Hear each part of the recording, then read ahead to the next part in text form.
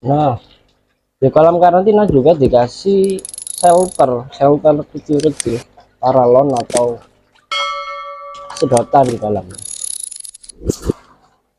Gunanya untuk rumah si buaya.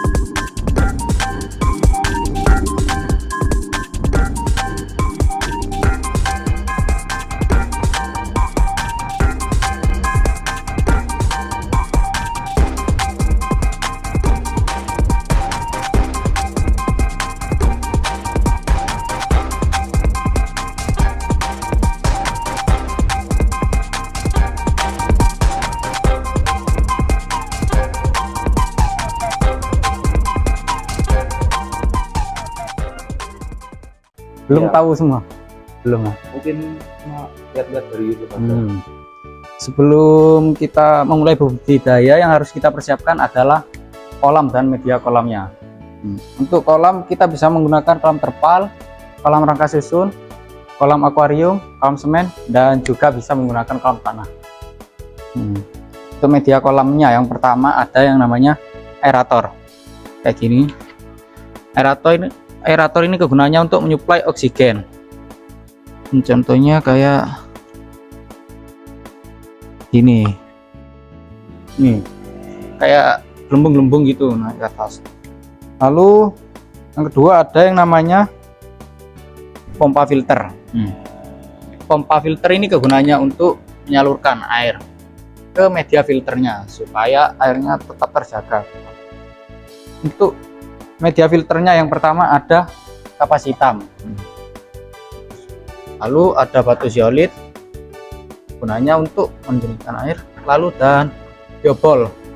Biobol ini kegunaannya untuk menyimpan bakteri baik, mas. Kayaknya sedikit. Lalu ada yang namanya shelter, mas. Kayak gini shelter. Shelter ini rumah si lobster atau tempat persembunyian si lobster. Lalu lanjut ke air. Untuk air kita bisa menggunakan air PDAM atau air sumber atau air sumur juga bisa. Di rumah bisa pakai apa aja, pokoknya yang air tawar. Lalu untuk ketinggian airnya, untuk ketinggian air kalau indoor nih di dalam ruangan seperti ini itu 15 sampai 25 cm. Untuk outdoor atau luar ruangan itu 25 sampai 35 cm. Nah, rencananya outdoor atau indoor, mas? Coba di indoor dulu. Indoor ya. Kita ke rumah. Indoor. Lalu ada yang namanya apa, pH dan TDS, Pak.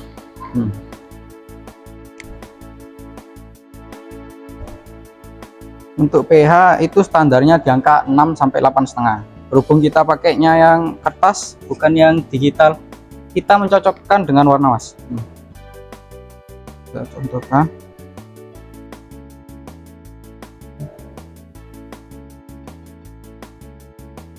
Ini sepertinya ke-8 ya.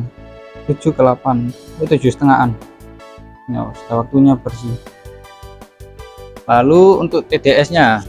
TDS-nya itu standarnya di bawah 250. Seandainya kalau pH-nya naik ya, kita bisa turunkan menggunakan apa, daun ketapang. Daun ketapang atau daun pepaya juga. Kerang oyster juga bisa, tinggal dicemplungin. Kalau kerang oyster dikasih ke media filternya. Untuk yang TDS itu bisa kita, seumpamanya kalau di atas tadi ya, seperti 400 itu bisa kita turunkan menggunakan sistem air RO, air isi ulang gitu bisa, atau galon gitu bisa. Ada tahapannya, mas, atau masa yang pertama itu masa perkawinan. Lalu masa yang kedua itu masa karantina indukan bertelur, dan yang ketiga itu masa pembesaran bibit dan masa pembesaran konsumsi. Sudah menetas, indukan betina tadi diambil dikawinkan lagi, jadi dipindahkan ke kolam perkawinan lagi.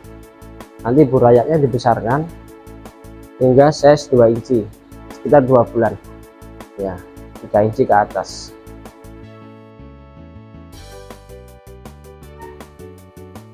Kemudian pembesaran size konsumsi dari 3 inci ke 6 hingga 7 inch. Untuk masanya 7 bulan mas.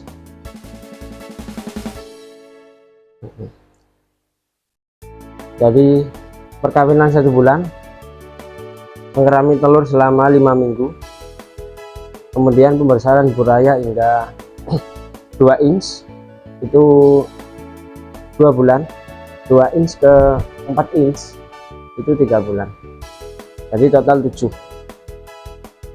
dari perkawinan. Ini lobsternya, ada yang 4 inch sama 3 inch setengah. Kita jaring dulu.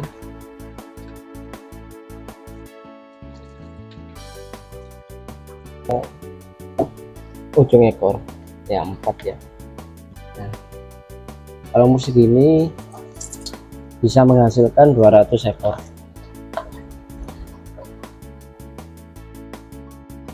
Ini 3 inch setengah. Segini sudah bisa menghasilkan telur, tapi telurnya enggak sebanyak yang size 4 ini.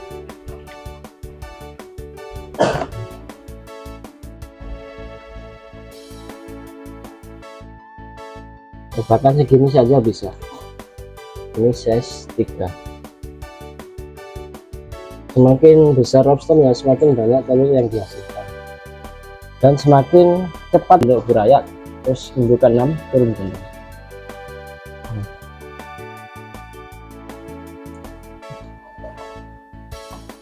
Bedakan jantan sama betina ya, lebih besar capitnya, lebih lebar. Ini kalau betina capitnya tidak selebar jantan ya, tapi tidak berwarna merah. Sudah pasti tuh, betina pasti tidak berwarna merah, ini sudah pasti. Jantan yang pasti capitnya besar, tapi juga ada jantan yang capitnya tidak berwarna merah. Yang penting dilihat dari capitnya besar. Dan yang terutama adalah ini jantan di gitu. ya, di pangkal kaki nomor 4 bawah sendiri, 1 2 ini jantan. Kalau betina tidak ada 2 tonjolan, tidak ada ya. Tidak ada tonjolan kayak seperti ini tadi ya, kelihatan banget ya. Terus lagi betina itu ada ovariumnya, 2 lingkaran di pangkal kaki nomor 2. Ini nomor 1, ini nomor 2. Nah, pangkal sendiri kan ini lingkaran 1 2 ya. Nanti ketika kawin dia akan ditumbuk seperti ini, entah itu jantan yang atas atau betina yang atas. Ketika sudah kawin nanti spermanya menempel di sini warna putih. Nah, nanti dia akan turun ke bawah spermanya dan mengerami telur seperti ini. Indukan betina yang bertelur itu rawan stres, jadi jangan sering diambil, dimainin, lihat-lihat kayak ini, langsung saja dulu. Di sini kolam karantina. Ini burayak berwarna putih mas. Kalau berwarna putih ini besarnya nanti berwarna biru atau albino. Ada juga burayak yang warnanya coklat, ada itu nanti besarnya warna coklat. Kolamnya, kalau kolam indoor ya warnanya nanti bisa cerah, kalau outdoor nanti coklat-coklat gelap warnanya. Nah, tuh, kelihatan. Tapi kalau biru gini dipindah di kolam outdoor, lama kelamaan dia akan coklat. Tuh ya, mempengaruhi media kolam itu dan sinar matahari ya.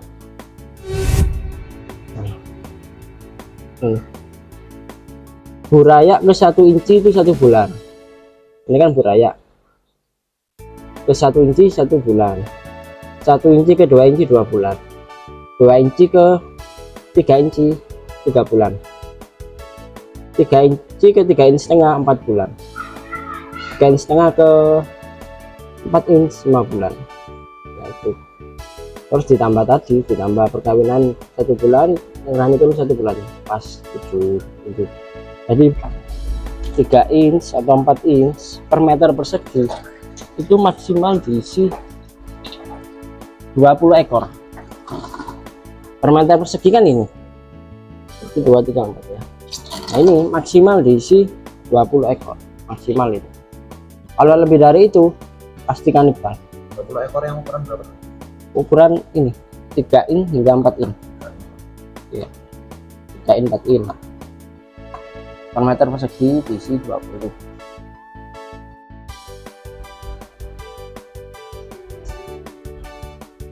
Kalau yang 2 in segini ini bisa diisi 50 ekor. Jadi bisa pakai pelet, bisa pakai kacang hijau mentah, atau kacang hijaunya direbus dahulu, atau kecambah, atau toge, terus atau bisa cacing tanah, atau cacing sutra, atau bisa pakai sayur-sayuran. Yang terpenting sayurannya bisa ke dasar tenggelam. Terus tumbuhan apu-apu juga bisa untuk cadangan makanan. Itu akarnya kan panjang. Oke.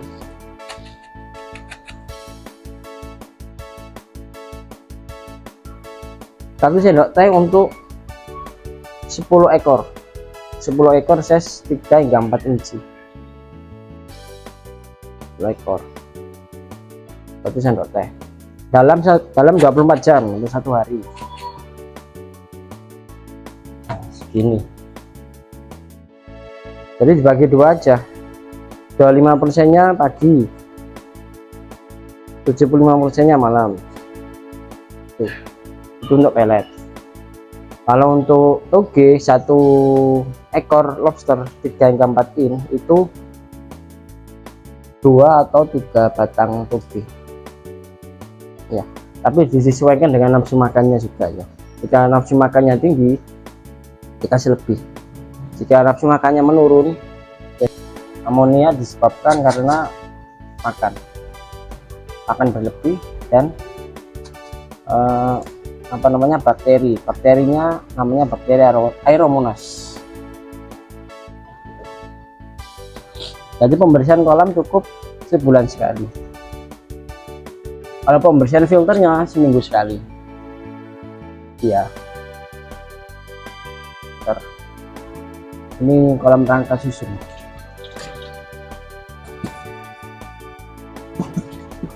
Sulit ya.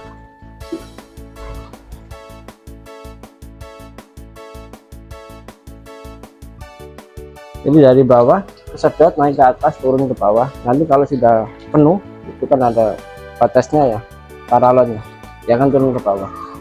Otomatis nanti turun ke bawah ke dasar sendiri hingga ke atas.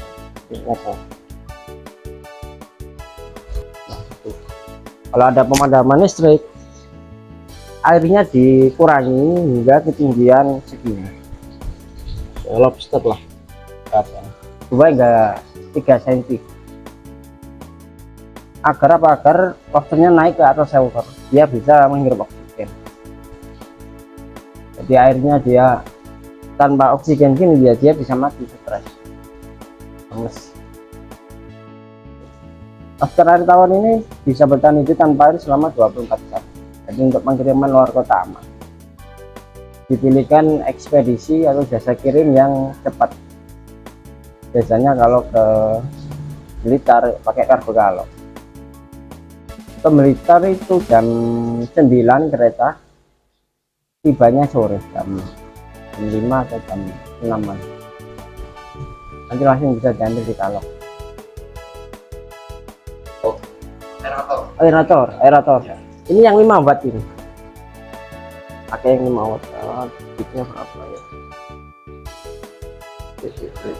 Ya boleh. Diparkir saja di kolam nggak apa-apa. Nanti dimakan sama lobster lagi. Iya. Ini dia. Mana ya? Ada kok ya. 1,5 kan tadi patokannya. Per meter perseginya maksimal di 20. Jadi kalau 1,5 kali 1 kali 1 20 ekor bisa. Nanti kalau sudah turun gendong Ya karantina. iya karantina. Nanti kalau sudah turun gendong jadi segera dipindah bibitnya pindah kolam lain. Kayak yang karantina yang sebutkan bawa gendong Iya sama 20. tetap di satu kolam sama yang lain atau sendiri kan? Cukup karantina sendiri-sendiri. Jadi di sini cukup apa namanya hanya indukan betina saja yang mengerami telur. Kalau tadi rebus dia kan ngambang mengapung. Jadi tetap dikacang kecil-kecil apa enggak? Enggak usah langsung aja. Cacing yang biasa juga masuk apa? Kalau cacing diguntingi dulu aja. Karena cacing itu biasanya menyelinap di shelter itu kalau hidup. Jadi sulit lobsternya nggak bisa dijangkau. Dipotong gitu. Iya dipotong.